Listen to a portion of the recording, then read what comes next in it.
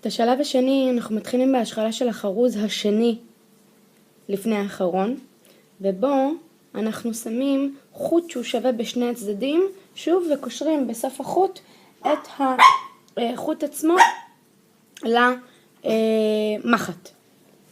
בחוט העליון אנחנו משחילים שני חרוזים, ובחוט התחתון חרוז אחד.